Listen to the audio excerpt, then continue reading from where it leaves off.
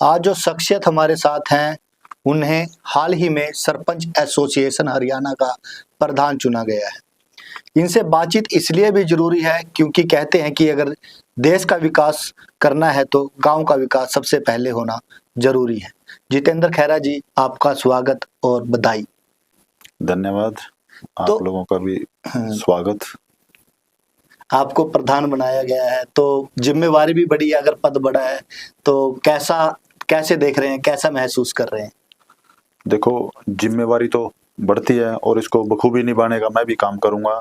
इससे पहले भी मैं सरपंच एसोसिएशन कुरुक्षेत्र का प्रधान होने के नाते स्टेट को ही रिप्रेजेंट कर रहा था। जो पीछे भी हमारी जो जैसे मांगे थी, चाहे वो पावर 21 लाख की और सरकार के साथ जो भी वार्तालाप में उसमें मैं ही मुख्य रूप से जाता था और बात को रखता था सरपंचों की तरफ से।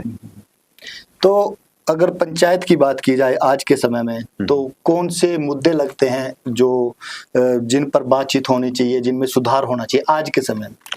आज के समय में हमारे देखो, जैसे 22 डिस्ट्रिक्ट हैं, उसमें एक मेन इशू जो आ रहा है, टाइलों का रेट का विषय आ रहा है।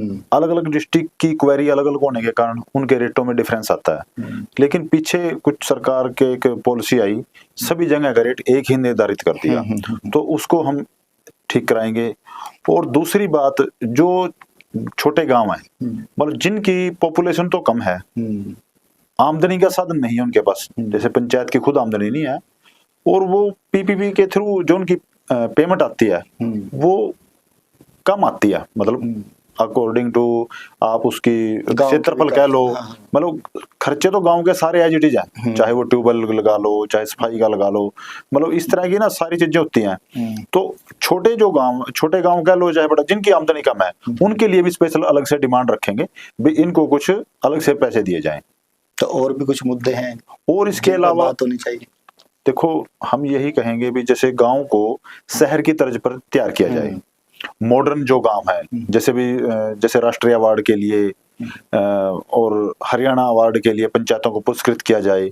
उससे क्या होगा, वह तो सीएम साहब ने घोषणा भी की है भी हम जो पंचायत अच्छा काम करेगी उनको 51 लाख रुपए फर्स्ट प्राइज, सेकंड को 31 लाख रुपए और थर्ड को 21 लाख रुपए।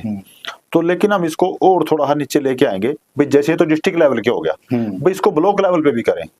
कम से कम एक ब्लॉक लेवल में 50 पंचायतें, कहीं 55, कहीं 70, इतनी पंचायतें हैं। जैसे मेरा कुरुक्षेत्र डिस्ट्रिक्ट ही मान लो आप, 422 लगभग पंचायतें हैं। और अगर ब्लॉक लेवल पे करें तो उसमें काफी पंचायतें इनिशिएट हो जाएंगी, उनको एक जो अच्छा काम करेंगी तो उसमें एक होड़ लग जाती है भी चलो मेरे को भी मिल सकता है। डिस्ट्रिक्ट में तो क्या हो जाएगा भाई, 400 पंचायतें हैं लगभग, और उसमें से यार 3 नाम आने तो मेरा गांव शायद आए ना आए, कंपटीशन थोड़ा हो जाएगा। और अगर उसको थोड़ा ब्लॉक लेवल पे करेंगे तो और अच्छा हो सकता है, मेरा ये मानना है। तो आप गांव के सरपंच भी हैं, पिछले कितने वर्षों से आप मतलब ये सरपंच बनते आ रहे हैं? मैं तो अभी, मेरा जो टेन्योर है अभी 2.5 साल से हो गया, मुझे शुरू हुआ है। इससे पहले मेरे परिवार से सरपंच बनते आते थे, तो हमारा मतलब मैक्सिमम जो है मेरे परिवार से ही सरपंच बने हैं। तो हम उनको देख रेख में या जो भी काम करवाने में एक अपनी रुचि रही है, अभी गांव को अच्छा करें, विकास करें, तो यही है। तो परिवार, आपका भी एक्सपीरियंस होगा, परिवार के साथ एक्सपीरियंस मिलता ही है जब परिवार इतने लंबे से अगर कंपैरिजन किया जाए सरकारों का, आज जो भाजपा की सरकार है या पिछली जो सरकारें रही, क्या लगता है कि पंचायतों के लिए जो लगता है कि अच्छे काम ज्यादा किस सरकार ने की? देखो, सबसे बड़ी बात जो है पारदर्शिता की, मैं ये कहूंगा इस सरकार में जो पैसे वहां से एलोकेट होते हैं, अगर वहां से 10 रुपए चले तो 10 रुपए ही पंचायत के पास पहुंच गए। सरपंच के ऊपर डिपेंड करता है भी वो उसको यूटिलाइज कैसे करें। पहले क्या होता था भी, मैं ठीक है, मैं गया, मैं पैसे ले आया, आप गए आप ले आए, या कोई जो कोई एमएलए का चहेता होता था, मंत्री का चहेता होता था, उसको ज्यादा मिल जाते थे। लेकिन अब इन्होंने एक सिस्टम बना दिया, एसएफसी एफएफसी, 2 सिस्टम हैं, वो हर एक पंचायत पे लगभग बराबर ही पैसे आने, वो पॉपुलेशन के अकॉर्डिंग पैसे आते हैं, उसमें ना कोई किसी की सिफारिश है, वो ऑटोमेटिक पैसे आते हैं। तो उससे क्या होता है, आदमी का एक होता है, मान लो मेरे पास गांव की कुछ आमदनी है, फिर एसएफसी आ गई, फिर वो एफएफसी आ गई, तो उससे क्या होता है कि आदमी का एक माइंड सेटअप हो गया भी मैंने ये काम करना ही करना है। उसके अलावा वो मान लो जैसे कुछ काम ऐसे हैं एमपी लैंड से, डी प्लान से या वैगी स्कीम, फिर उनके लिए अलग से प्रयास भी कर लेता है। वो आदमी की अपनी भी कैपेबिलिटी है भी मैं कैसे एक गांव को पेश करके। अब जैसे सरकार ने एक बहुत बढ़िया चलाया, अगर आप सर्वसम्मति से पंचायत बनाते हैं तो उसके 11 लाख रुपए देते हैं। अगर पंच बनता है तो एक पंच के 50,000 रुपए पर देते हैं। तो बहुत सी पंचायतों को आए। जैसे मेरे गांव में ही 5 जो पंच थे वो सहमति से बने थे, तो उनके लगभग 2.5 लाख रुपए आए थे। तो ऐसा ही एक इनिशिएटिव मिलता है सरकार की तरफ से। वो मतलब किसी को ये नहीं है भी मैं सिफारिश कराऊंगा या मैं सरकार में चाहता हूं किसी का तब मेरे को मिलेंगे, वो इक्वल मिलते हैं। ये सरकार का बेनिफिट है। अच्छा, जो एक पंचायतें होती है जिनके पास जो ज्यादातर जो इनकम होती है, इनकम ऑफ सोर्स है, लैंड ही होती है पंचायत के पास।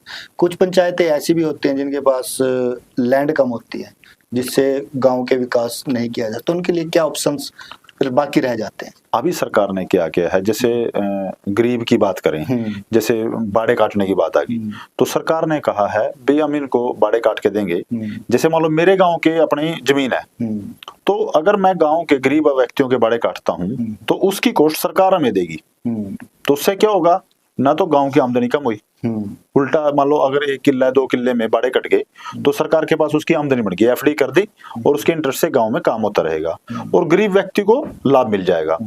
सपोज करो मेरे गांव में कोई जमीन नहीं है, तो वो साथ लगते गांव में 1-1 किलोमीटर का डिस्टेंस है, जैसे कहीं 1 किलोमीटर का कहीं 2 किलोमीटर का, तो वो उस साथ लगते गांव से जमीन लेके और उनको उपलब्ध कराएंगे और गरीब व्यक्ति को बाड़े भी मिलेंगे।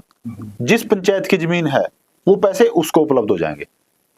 तो ये बहुत अच्छी एक पहल है भाई। मान लो उसमें सरकार पे तो बोझ पड़ेगा, पंचायत पे उल्टी आमदनी होगी, बाड़े भी मिल गए मान लो किसी को जगह रहने के लिए।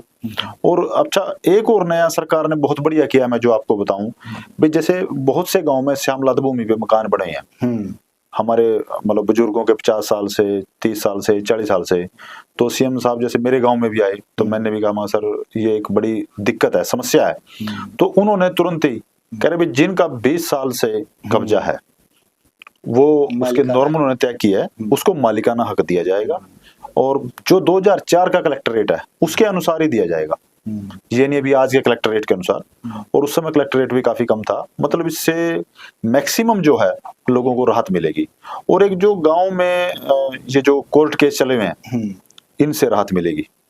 क्या होता है, सरपंच की काफी आमदनी तो कई जगह तो कोर्ट केसों में निकल जाती है। हाँ। 8-8 10-10 मान लो आपने केस कर दिया भाई आपके पास कोई नाजायज कब्जा था तो आपके लिए भी केस लड़ना, फिर किसी दूसरे ने कर दिया तो उसके लिए भी लड़ना। इसके कोर्टें अलग अलग होती है, जैसे एसडीएम से शुरुआत हो गई, तहसीलदार से एसडीएम, डीसी, फिर कमिश्नर, फिर कोर्ट।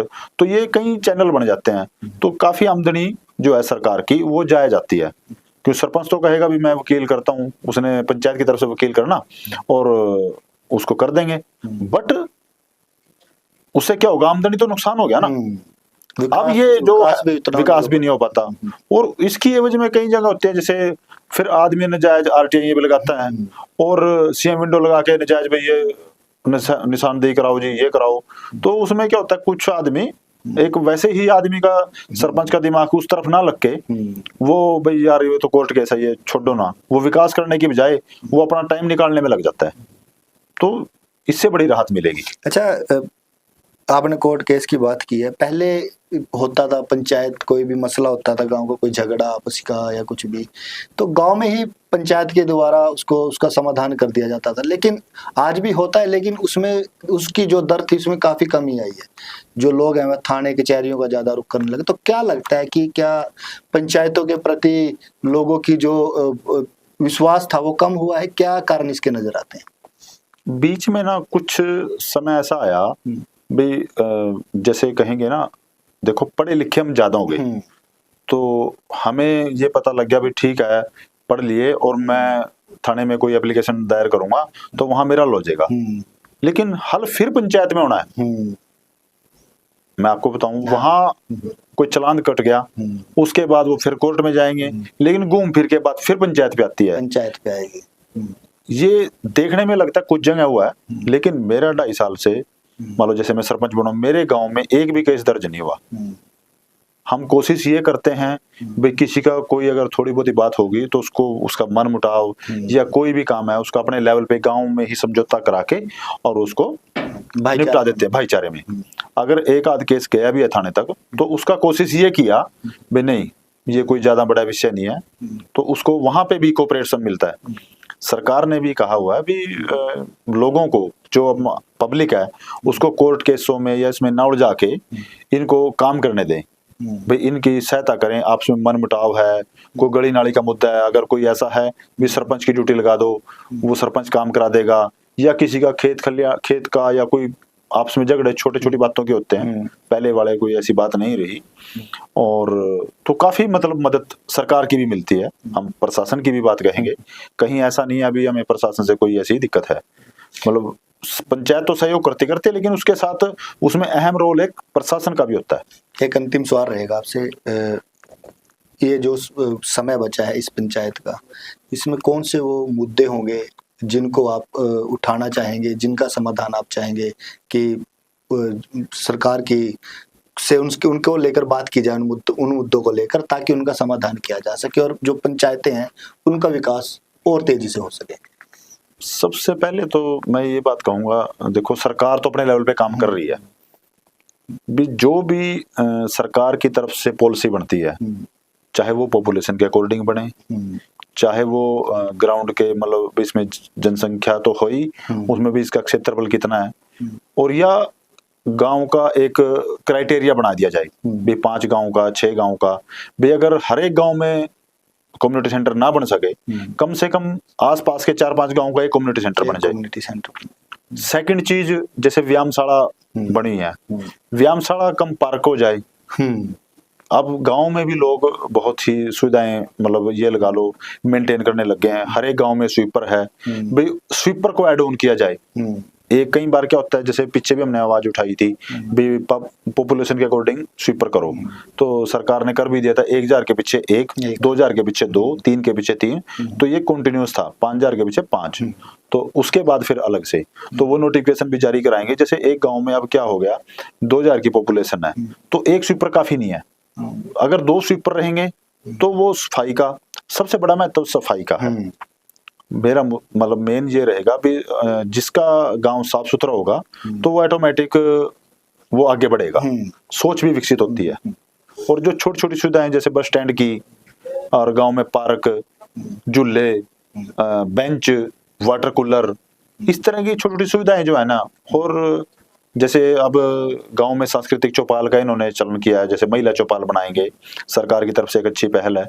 तो उसमें एक हॉल को रिपेयर करके बढ़िया लेवल पे टाइलें वाइलें लगा के तो उसमें एसी भी तक भी लगाने की प्रक्रिया है, और सरकार उसमें सामान देगी। उसमें भजन कीर्तन भी कर सकती हैं महिलाएं जैसे समय मिलता है, या कोई प्रोग्राम भी करना हो तो इस तरह की जैसे भागवत कथा या जो भी मतलब वो अपना धार्मिक कार्य कर सकती हैं। एक सुझाव हमारा भी रहेगा आपसे कि लाइब्रेरी एक हर गांव में जरूर हो, ताकि जो बच्चे हैं वो पढ़ सके। तो सरकार ने ये चलाया है लाइब्रेरी का भी। पीछे भी हमारे जैसे पास में गांव है बीड़ खैरी, उसमें लाइब्रेरी बनी है। उसके अलावा अब ये सरकार देख रही है भी कहाँ कहाँ लाइब्रेरी हो। लगभग जो आपने विषय रखा भी हर गांव में लाइब्रेरी हो, इसको हम सरकार से मांग रखेंगे। हर गांव में लाइब्रेरी हो, चौपालें होगी, कम्युनिटी सेंटर हो गए, पार्क, व्यायामशाला, मूलभूत सुविधाएं जब होंगी ना तो उसके बाद फिर अगली बात की जाएगी। खैरा जी, आपका बहुत बहुत धन्यवाद। तो ये थे हमारे साथ जितेंद्र खैरा, जिन्हें हाल ही में सरपंच एसोसिएशन हरियाणा का प्रधान चुना गया, और हमने तमाम उन मुद्दों को लेकर इनसे बातचीत की जो पंचायतों से जुड़े हैं, और इनसे जानने की कोशिश की कि जो आने वाले समय में ये किन मुद्दों को लेकर आवाज उठाने वाले हैं।